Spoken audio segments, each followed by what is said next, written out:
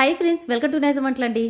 ఈరోజు special recipe ఏంటంటే sweet recipe. ఈ స్వీట్ రెసిపీ కూడా కొంచెం డిఫరెంట్గా, అది కూడా basmati rice and carrot use చేసి ఈ స్వీట్ రెసిపీని నేను ఇక్కడ ప్రిపేర్ చేయబోతున్నాను. చాలా టేస్ట్గా ఉంటుందండి.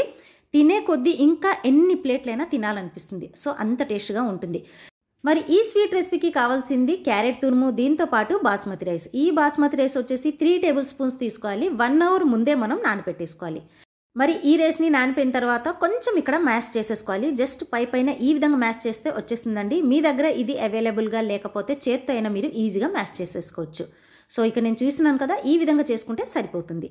మరి స్వీట్ రెసిపీలోకి డ్రై ఫ్రూట్స్ కంపల్సరీగా ఉండాలి కాబట్టి నేను డ్రై ఫ్రూట్స్ని ఒక ఘీలో యాడ్ చేసేసి కొంచెం దీన్ని ఫ్రై చేసేస్తున్నాను.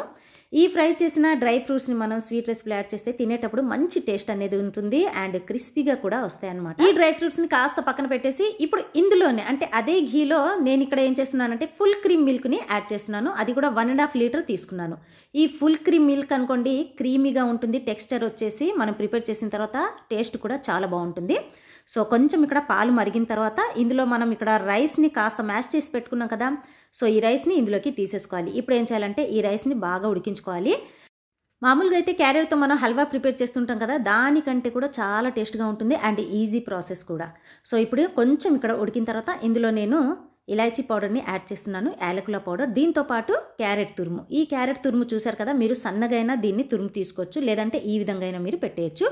ఈ క్యారెట్ తురుముని ఇందులోకి యాడ్ చేసిన తర్వాత ఇప్పుడు దీన్ని కూడా బాగా మనం ఇక్కడ ఉడికించుకోవాలి. ఇందులోనే ఈ పాలు ఉన్నాయి కదా, ఈ పాలలో మనం ఎక్స్ట్రా పాలు యాడ్ చేయాల్సిన అవసరం లేదు. జస్ట్ లో ఫ్లేమ్ మీద పెట్టేసి పైన మూత పెట్టేస్తే చాలు, తొందరగా ఉడికిపోతుంది క్యారెట్ అండ్ రైస్. ఇప్పుడు ఇందులో షుగర్ని యాడ్ చేసుకోవాలి. ఈ షుగర్ వచ్చేసి స్వీట్నెస్ని బట్టి యాడ్ చేసుకుంటే సరిపోతుంది.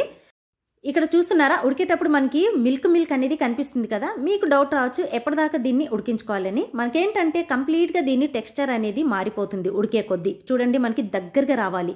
ఎంత దగ్గరకు వస్తే అంత టేస్ట్గా ఉంటుంది.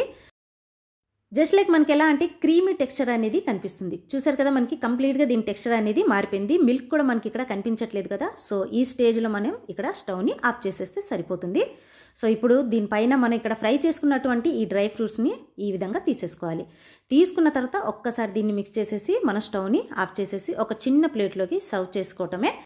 సో ఇది స్వీట్ రెసిపీ కాబట్టి దీన్ని ప్రిపేర్ చేసిన వెంటనే అంటే వేడిగా ఉన్నప్పుడు తినే కంటే కాస్త చల్లారిన తర్వాత తిన్నారనుకోండి, మంచి టేస్ట్ అనేది ఉంటుంది. సో మరి ఈసారి బాస్మతి రైస్తో ఈ రెసిపీని తప్పకుండా ట్రై చేయండి. చాలా ఈజీ రెసిపీ, చాలా టేస్ట్గా ఉంటుంది.